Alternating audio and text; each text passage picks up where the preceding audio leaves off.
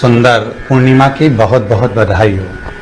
बाबा विश्वनाथ की कृपा आप पर सदा बनी रहे। आ गया पूर्णिमा की रात्रि। बड़े से बड़ी बीमारियां, बड़े से बड़े रोग, बड़े से बड़े बड़े कष्ट इस पूर्णिमा की रात्रि को छूट जाते हैं। जिन बच्चों के नेत्र कमजोर होते हैं और रोशनी कमजोर होती है, पूर्णिमा के दिन रात्रि को 12 बजे भगवान चंद्रदेव का दर्शन कराइए। 5 से 7 मिनट तक नयन मिलाए चंद्रदेव के साथ, और बाद में एक पीपल के पत्ते पर खीर जो चंद्र के नीचे रखी हुई है, उसी खीर को चटा दीजिए। फिर चंद्र का दर्शन कराओ, फिर खीर को चटा दीजिए। महाराज, नयन की ज्योति बढ़ती है। नींद नहीं आती तो निंद्रा देवी प्रवेश करती है, निंद्रा अच्छी आती है, आनंदित हो। महाराज, जिस व्यक्ति के शरीर में गांठ पड़ जाती हो, शरीर काला पड़ जाता हो, चट्टे पड़ जाते हो, या दांत खाज खुजली हो जाता हो, उसके लिए भी पूर्णिमा की रात्रि को 12 बजे महाराज भगवान चंद्रदेव के लिए 21 दिए जलाए जाते हैं। उस 21 दिए की कालोच एक थाली में इकट्ठी करी जाती है। कालोच को इकट्ठी कर शरीर में गाय के घी के साथ में जहां जहां जगह पर चट्टे हैं, गांठ है, वहां लगाया जाता है। उसको 5 या 7 दिन लगाइए। उसके बाद में रोज प्रतिदिन लगाने के आधे घंटे बाद स्नान कर लीजिए, आराम लगना प्रारंभ हो जाए। बन सके अगर लक्ष्मी की कमी है, लक्ष्मी नहीं आ रही है, व्यापार नहीं चल रहा है, तकलीफ बहुत ज्यादा है, घर में कष्ट है, कर्जा ज्यादा है, तो एक तांबे के कलश के ऊपर, तांबे के कलश में पानी भरना, कटोरी रखना, उस पर लक्ष्मी जी की मूर्ति रखना। लक्ष्मी जी की मूर्ति नहीं हो तो चांदी का सिक्का रखना। उसके सम्मुख में आप 31 दीपक घी के लंबी बाती के जला देना। महाराज, एक एक कमल गट्टा उस 31 दिए के अंदर डाल देना, और लक्ष्मी जी का पूजन करना, लक्ष्मी जी का स्मरण करना, खीर का भोग लगाना। पान के पत्ते पर खीर रखना, 5 पत्ते पर खीर का भोग लगाना, और माता लक्ष्मी से विनती करना। सुबेरे 4 बजे तक वो रखे रहने देना। सुबह 4 बजे वो उठाना, लक्ष्मी को वापिस तिजोरी में, या सिक्का हो तो उसको अलमारी में रख देना। जो खीर बनी है वो प्रसाद के रूप में सुबह 8 बजे, 10 बजे, 9 बजे जब खाना हो प्रेम से खाना। माता, जो दिए लगाए हैं वो ठंडे हो गए होंगे, उनको रखे रहने देना, बाद में काम आते रहेंगे, या दिए विसर्जन करना हो तो आपकी मर्जी। पर वो मट्टी के दिए लगेंगे, आटे के दिए नहीं लगेंगे, मट्टी के दीप लगाना है आपको। 31 घी के दिए लगाना है। लक्ष्मी जी का पूजन करो, कंकु, चावल, हल्दी, मोली से, सब तरह से। पूर्णिमा की रात्रि को सुख मिलेगा, आनंद मिलेगा, लक्ष्मी की वृद्धि होगी, कार्य सिद्धि होगी। दूसरा क्रम, अगर पूर्णिमा के दिन आप शाम को प्रदोष काल के समय 4:30 बजे से 6 बजे के बीच में 1 लोटा पानी, उसमें 5 बेलपत्र रखकर, 1 कमल गट्टा डालकर भगवान चंद्रेश्वर महादेव के नाम से भगवान शंकर को चढ़ा दीजिए। आपकी जो कामना हो वो कामना कर चढ़ा, विनती करें चंद्रेश्वर महादेव को, और निवेदन करें कि हमारा ये कार्य सफल हो। केवल पूर्णिमा के दिन चढ़ाइए।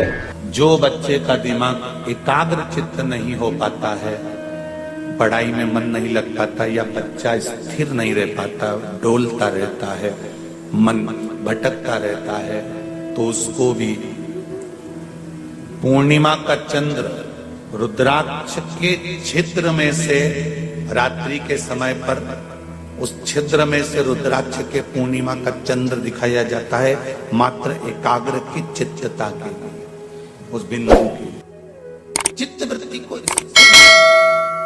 शास्त्र कहता है, शिव महापुराण की कथा कहती है, जो बच्चा माइंड से विकलांग हो, जो बच्चा अपनी बुद्धि या विवेक से काम नहीं कर पा रहा, जो बच्चा एक परीक्षा में बार-बार देख रहा है, फेल हो रहा है, पास ही नहीं हो रहा,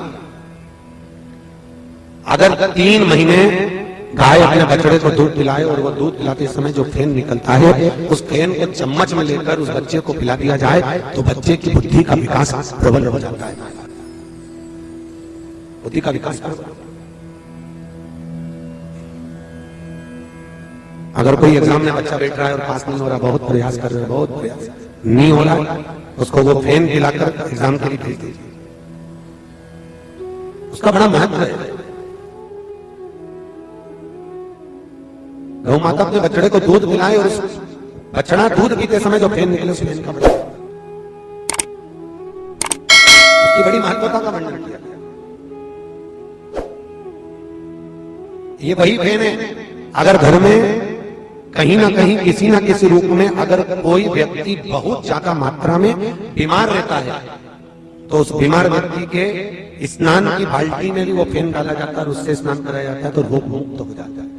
पूर्णिमा के दिन आप शाम को प्रदोष काल के समय 4:30 बजे से 6 बजे के बीच में 1 लोटा पानी, उसमें 5 बेलपत्र रखकर 1 कमलगट्टा डालकर भगवान चंद्रेश्वर महादेव के नाम से भगवान शंकर को चढ़ा दीजिए। आपकी जो कामना हो वो कामना कर चढ़ा, विनती करें चंद्रेश्वर महादेव को और निवेदन करें कि हमारा ये कार्य सफल हो।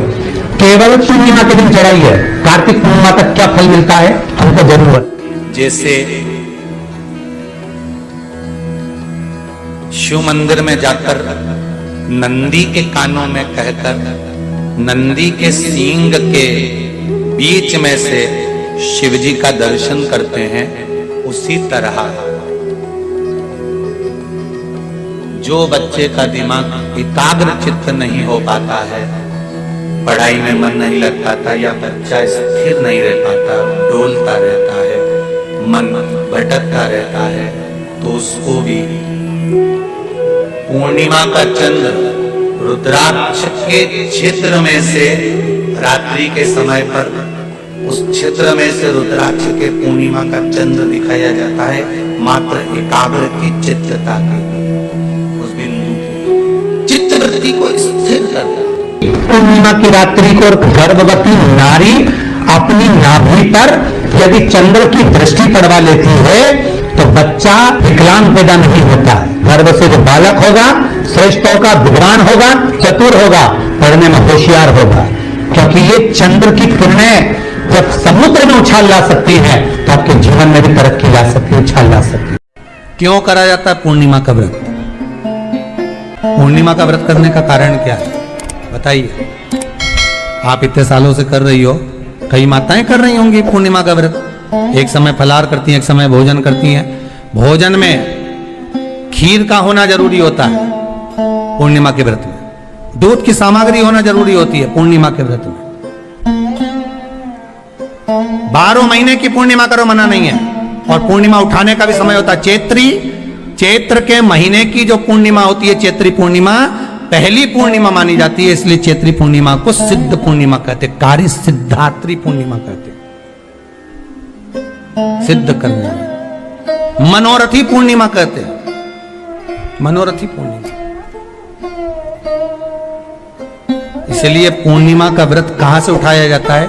चैत्र के महीने की पूर्णिमा से पूर्णिमा का व्रत उठाया जाता है कि मैं महीने की पूर्णिमा करूंगी तो चैत्र पूर्णिमा से उसको उठा लिया जाता है। पर उसका एक नियम रहता है, आप फलाहार करें अपनी जगह पर है, पर एक समय भोजन कर रहे हैं वो अपनी जगह पर, भोजन के साथ में मीठे के साथ थोड़ा दूध की सामग्री होना जरूरी होती है।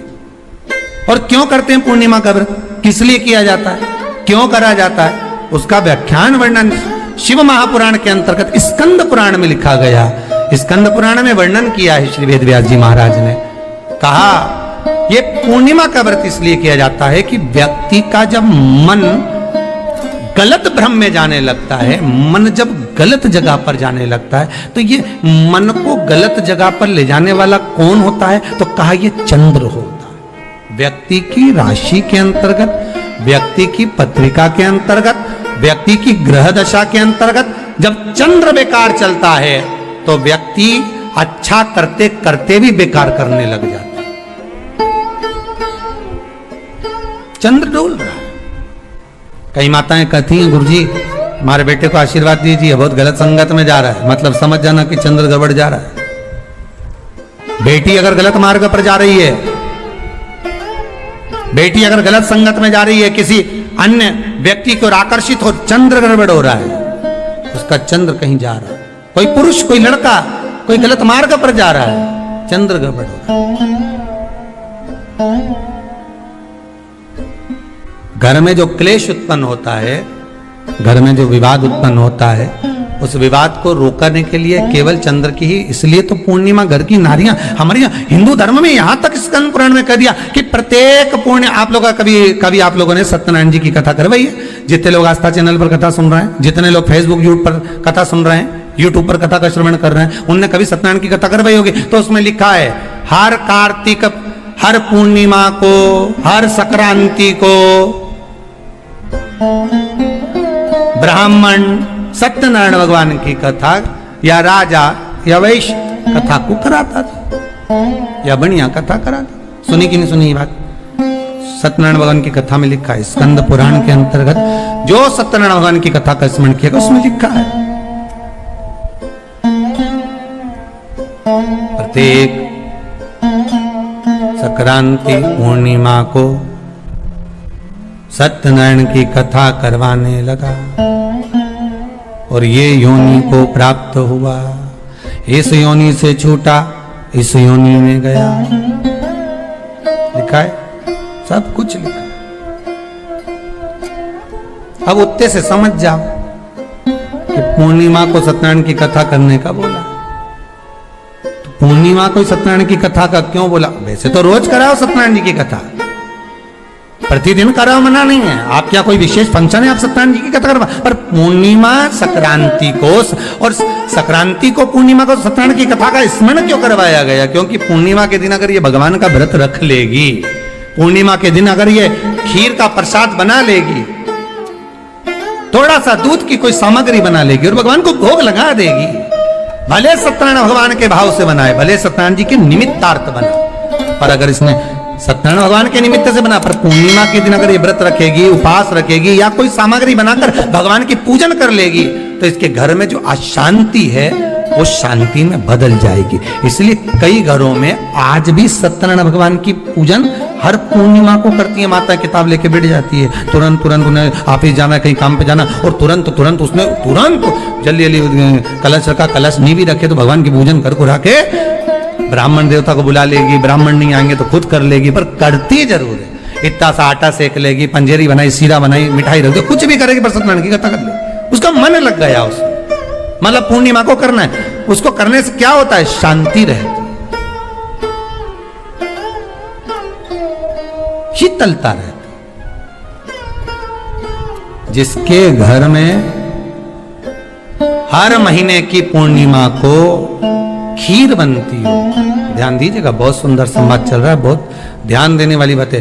प्रत्येक महीने की पूर्णिमा को जिसके घर में दूध की सामग्री बनती हो, दूध की सामग्री तैयार होती हो, खीर प्रसाद तैयार होता हो, उसके घर में कभी क्लेश नहीं हो सकता। चाहे सास बहू एक दूसरे के सामने वो कहे ना, वो सांप और नेवले की लड़ाई क्यों ना, फिर भी शांति हो जाती है।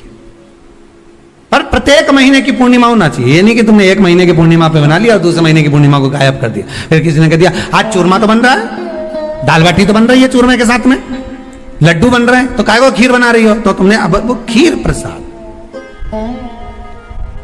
महापुराण की कथा कहती है, महाराज पूर्णिमा का जो चंद्र है वो विशाल का है, और उस चंद्र की पूर्णता में हमारी अभिलाषाएं भी पूर्ण हो।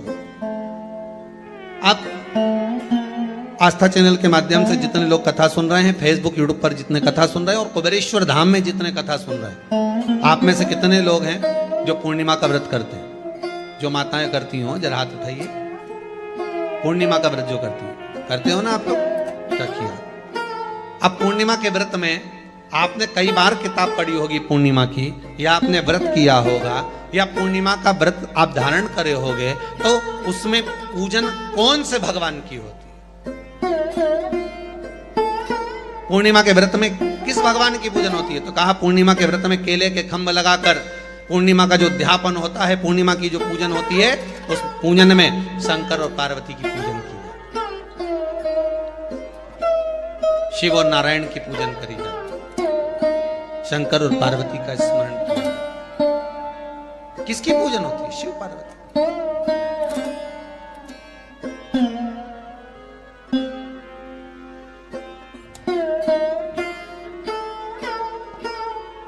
क्यों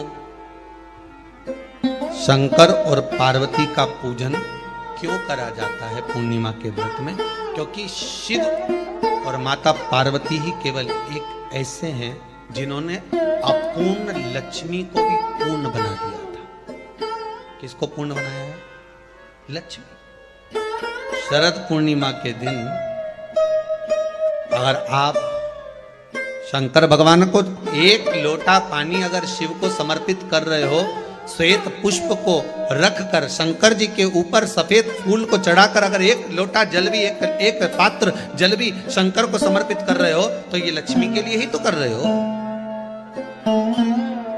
और कौन सी लक्ष्मी? पूर्ण लक्ष्मी,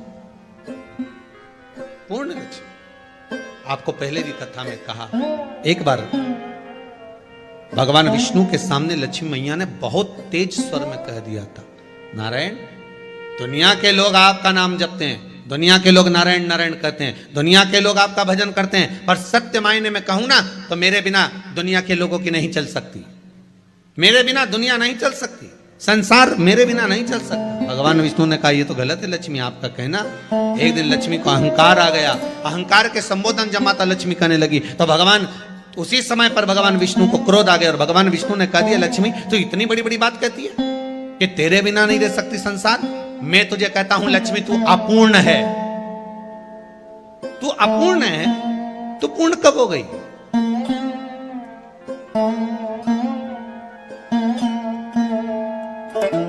तेरी पूर्णता कहां हो गई? लक्ष्मी की आंख से आंसू बहने लगे। आज आपने मुझे अपूर्ण कहा, आपको मालूम है आप मुझे अपूर्ण कह रहे हो? आपको ये ज्ञात हो रहा है आप मुझे अपूर्ण कह रहे हो? भगवान कहते हैं, हाँ लक्ष्मी, मैंने तुझे अपूर्ण कहा। अपूर्णता का मतलब आप जानते हो ना? भगवान कहते हैं, लक्ष्मी मैं सब जानता हूं। लक्ष्मी रोती हुई माता सरस्वती के पास पहुंच गई। सरस्वती ने पूछा, क्या बात है लक्ष्मी, क्यों रो रही हो? लक्ष्मी जी ने कहा, क्या बताऊं सखी, मेरे पति ने आज मुझे अपूर्ण कह दिया। तो क्यों रो रही है तू? अपूर्ण अगर कह दिया, पति ने ही तो कहा है ना, तो क्यों रोना? चल मेरे साथ। और सरस्वती मैया माता लक्ष्मी को लेकर सीधे पहुंच गई माता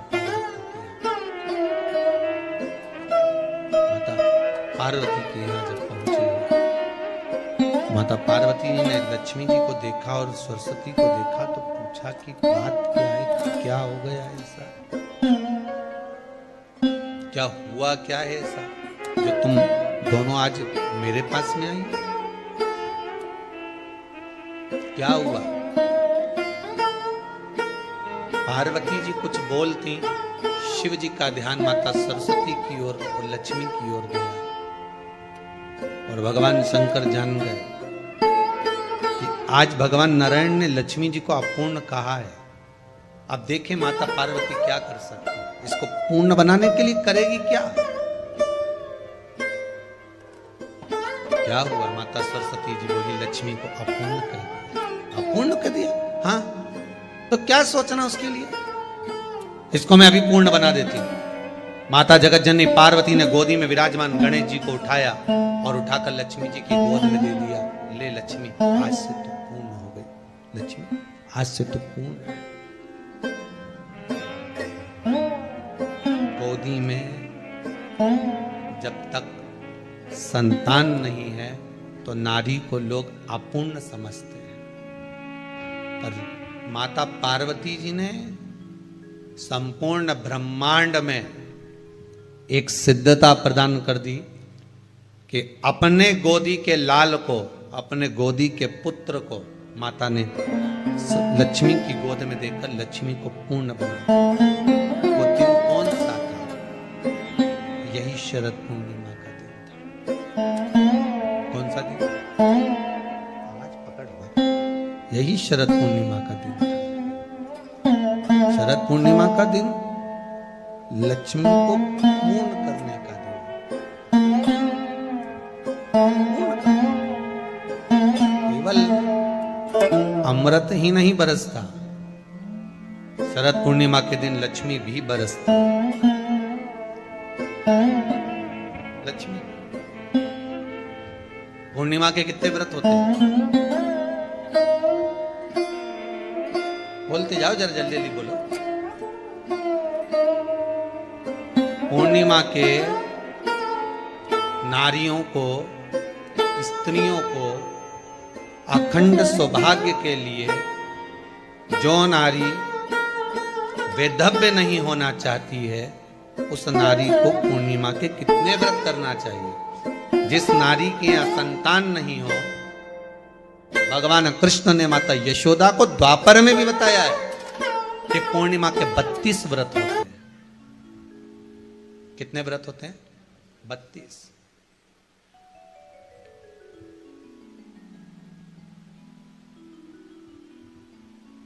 स्वयं भगवान कृष्ण यशोदा रानी को, माता यशोदा जी को भी बता रहे हैं 32 व्रत।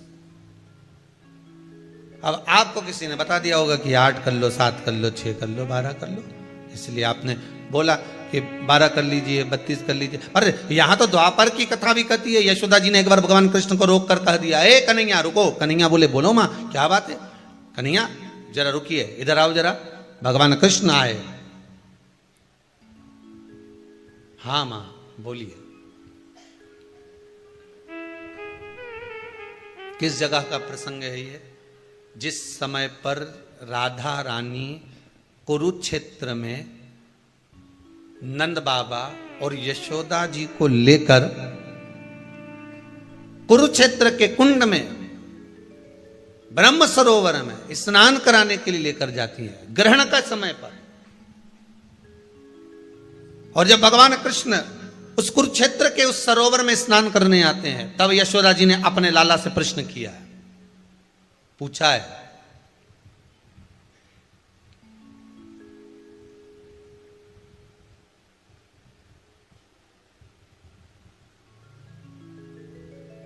कि नारी वेधव्य होकर ना मरे।